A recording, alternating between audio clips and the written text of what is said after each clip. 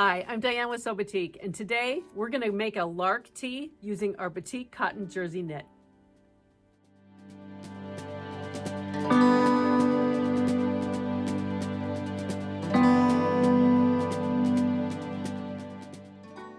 I'm doing this video a little backwards. I'm actually wearing the knit top that I made in the video. But it was really a lot of fun, and I really wanted to wear this today, even though it's still kind of a little warm outside, but I just absolutely love how this top turned out. So I really want to share it with you today. The video that I'm going to go through is a couple of things. I'm going to talk to you a little bit about why I selected this pattern versus the McCall's pattern, and also how I adjusted it to fit my height and the length of garment that I want, and also how I used my serger and a few of my tips that I want to share with you about serging with the jersey knit. So let's get started. First of all, the Lark Tee Pattern is written for sizes 0 through 18. A 0 has a bust measurement of 32, a waist of 25, and a hip of 35. An 18 has a bust of 44, waist of 37, and a hip of 47. So you know where we're starting with each one of those measurements on your body frame, okay? And the finished garment measurements are a ½ inch more. So working with a jersey knit, and this is recommended for a jersey knit with 20% stretch, which is what we have, you're going to be creating, if you have these exact measurements, a garment that's basically going to lay on you very nicely. There's not a lot of ease, there's not a lot of movement. It's going to fit you nicely. And first things first about this pattern, I'm going to hopefully superimpose some pictures on here so that you can see the front of both the Lark Tee Pattern and the McCall's. So you may want to go and take a look at the McCall's pattern because it has more of a curve to it and more of an S curve to it. And so that's how you would start with that pattern if your body shape fits that style. I selected the Lark for only one reason, to be honest with you, because I've made it so many times before and I know how it fits me. And so the Lark, you will see here on this picture, has a slight waist indentation, and otherwise the hip and the bust are pretty similar. So if you draw a straight line, it's not quite straight, it's a little bit at an angle between the bust and your hips. I did increase the hip measurement on the pattern. I made a size 12. So I started with a 12 up at my shoulders, left at a 12 here, and then I graded it out to slightly bigger than a 14. I think it's between a 14 and a 16. And so I have kind of it's a little bit of an A shape to it for what I needed for myself. The other adjustment that I made to the pattern is that I shortened it 5 inches. This is a long pattern to start with. It is very long. The purple, and I don't have it hanging here. That's the shorter one. I don't have it here, I'm sorry. I will try to put that up on the picture too. It is very long. So if I stood up, I'm gonna show you, I can't show you that either. This is hilarious. Anyway, it will go down to past the round of your behind.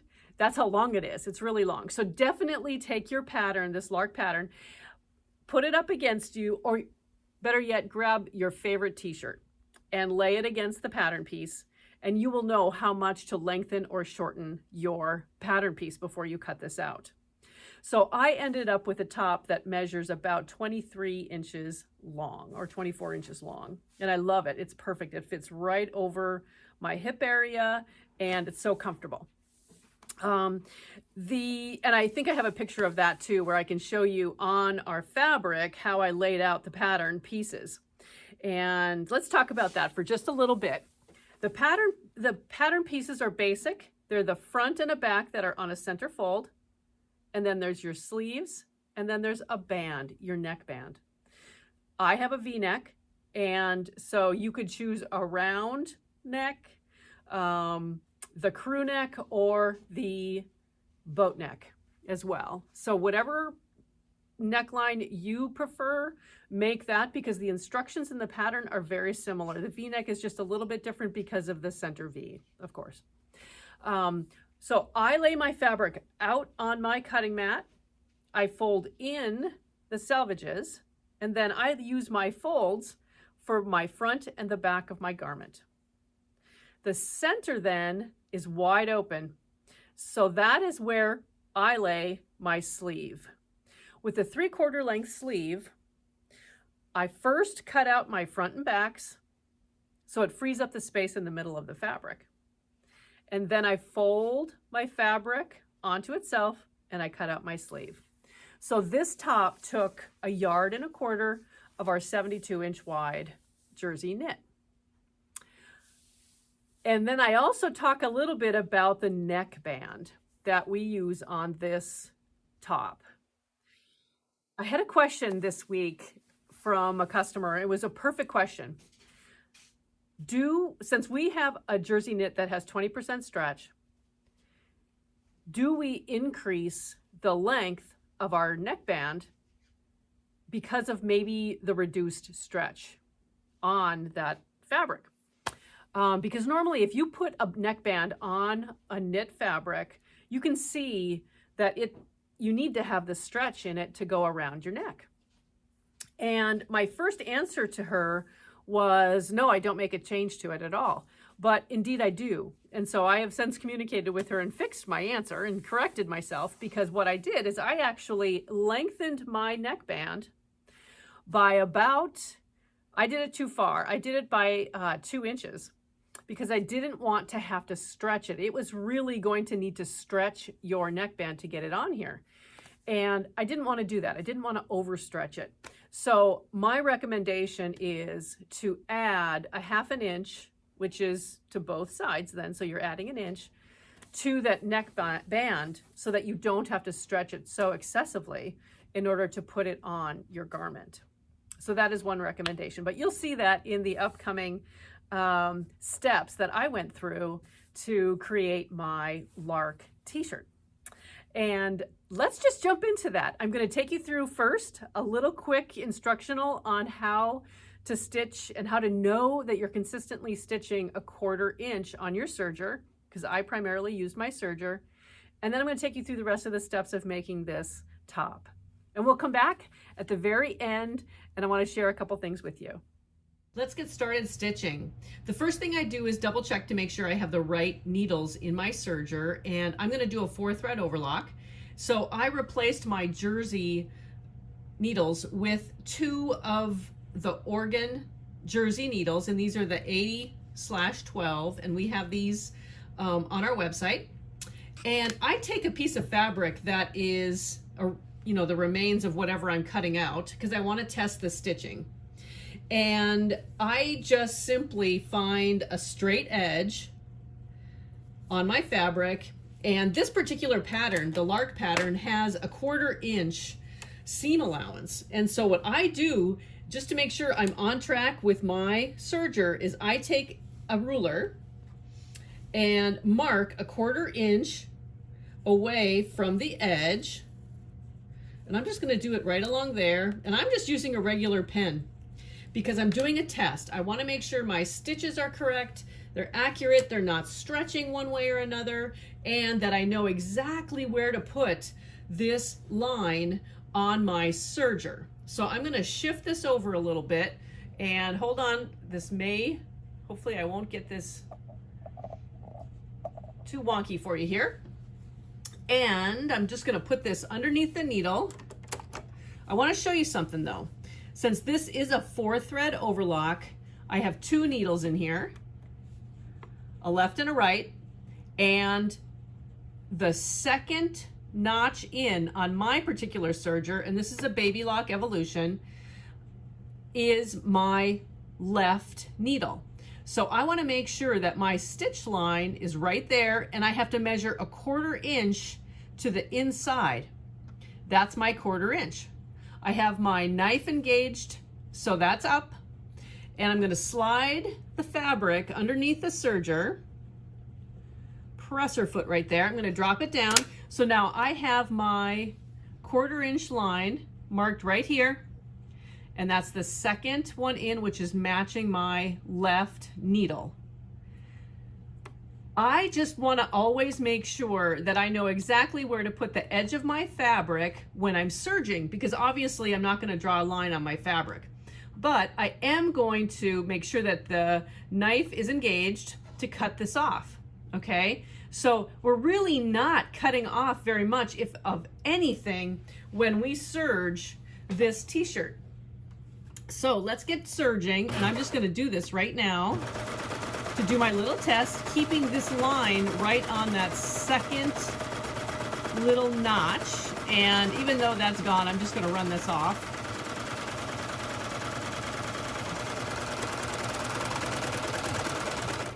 Okay, now we're going to see how does our thread look. And that looks really great, actually. And when we stretch it, everything moves with it.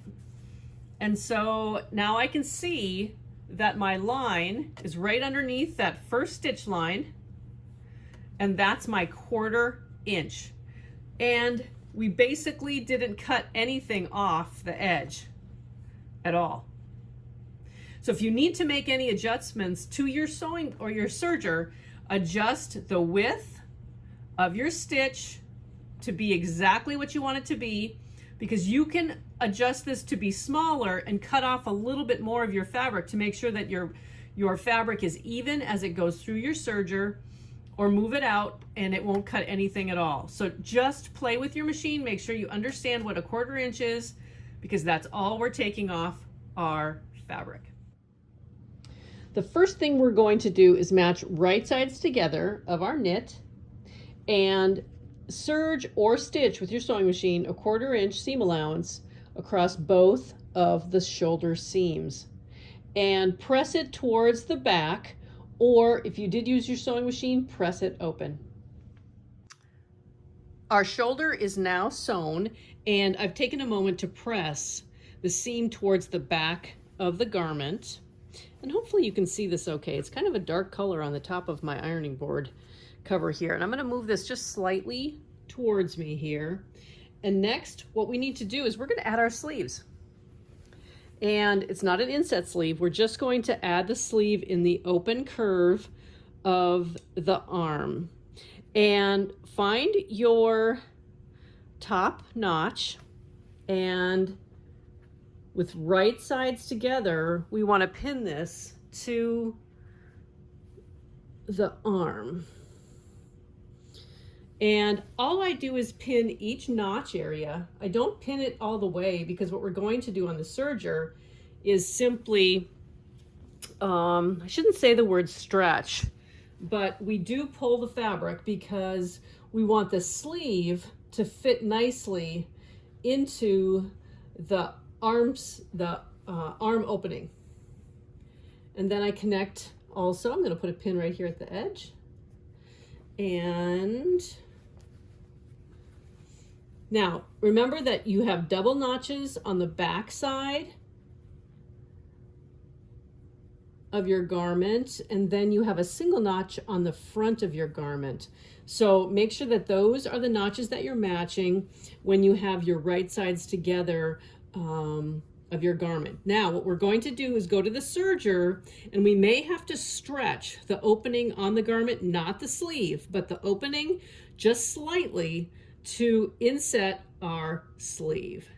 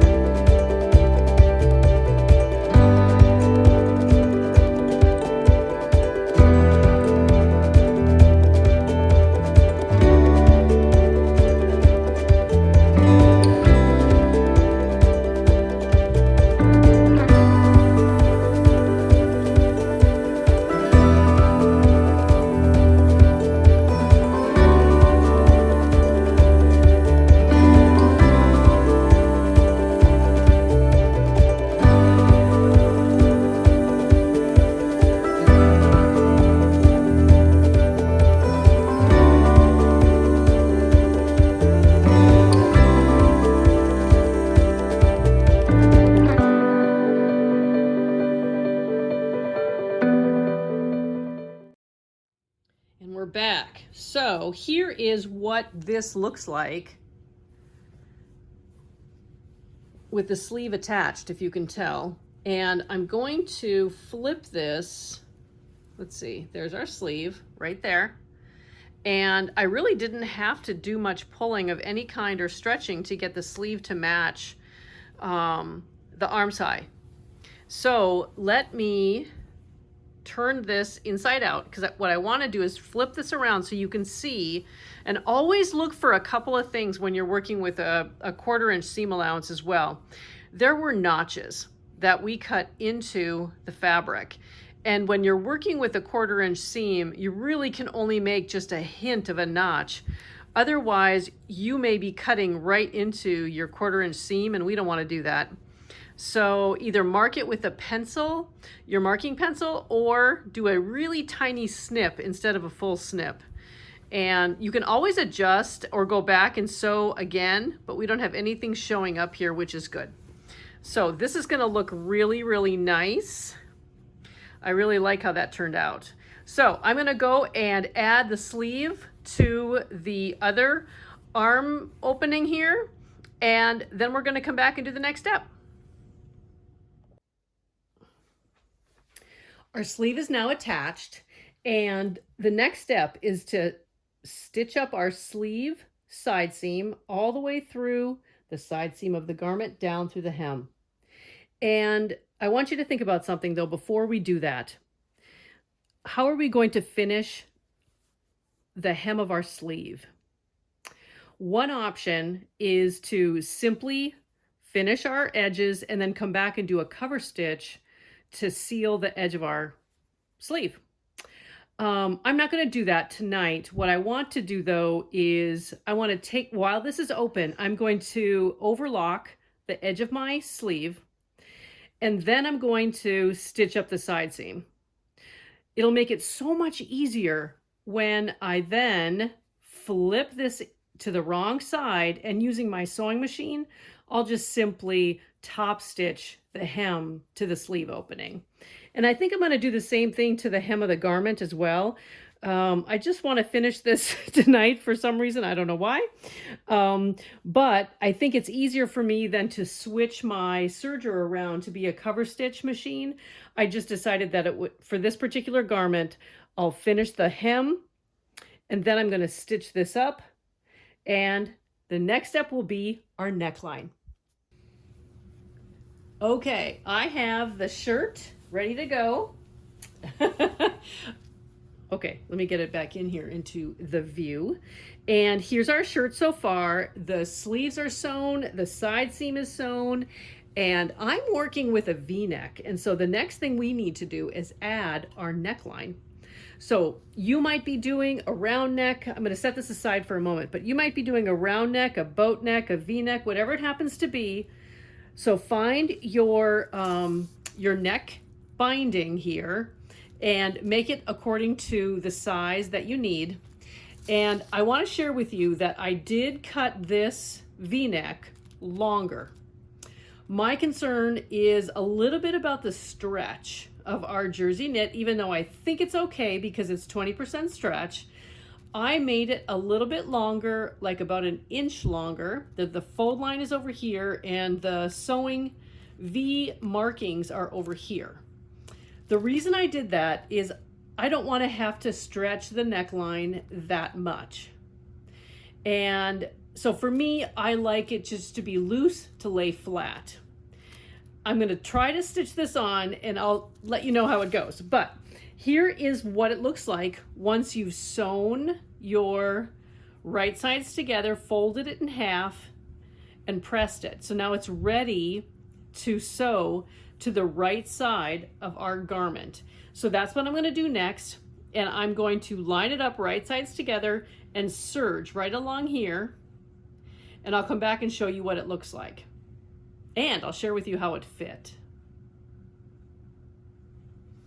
Okay, so adding the 2 extra inches here may have been too much. I would probably, with the stretch of our knit, would probably only add a 1/2 inch to the edge of this, but I really like how this turned out. Let's take a look. here is the top, and you can see what I did first. I will tell you, when you're working with a V-neck on this particular pattern, you start by stitching in the center and then you move out, around and back in. And you have to pivot to make sure that you have no gathers right here in the front of that V. So what I did is I went to my sewing machine and I stitched a 1/4 inch away from the edge all the way around, and then I went back to my serger and I serged the edges. So what I need to do now is trim down here, seal my threads, and I'm going to press the facing to the garment, and then I'm going to top stitch right along the garment side, not the facing, but on the garment here, to top stitch all the way around to make sure that my seam stays flat when I wear the garment. So that is our neckline, and I really love how it turned out, and the top stitching I think is going to be beautiful. So I'm going to take care of that right now. Then the only thing we have left is to hem our sleeve openings here, where I'm simply going to turn this under, press it, and top stitch. Then at the bottom of the garment, we still have to hem it. So I'm going to go to my serger. I'm going to have an edge. I'm going to take an edge on my serger to finish this off, just like I did my sleeve edge. So it's going to look just like this. And then I'm going to put it on. And I'm going to make sure that I like it. Okay. And just, I like the length and everything. So this is the last time where we can do any adjustments. So we'll finish that off. We'll hem this. I'm probably going to do a 1/2 inch hem. I have to be honest with you, I haven't gone back to read the pattern to know if there's a recommended hem length or not. I think there is on the pattern, but I'm just simply going to do a 1/2 inch. That seems to be the weight that I like to have when I finish off my hems. And I'm going to show you the garment. I'm going to put it on, and I think it will be beautiful. And I'm going to put this on with probably some black slacks or black shorts for now, and I think it'll be great.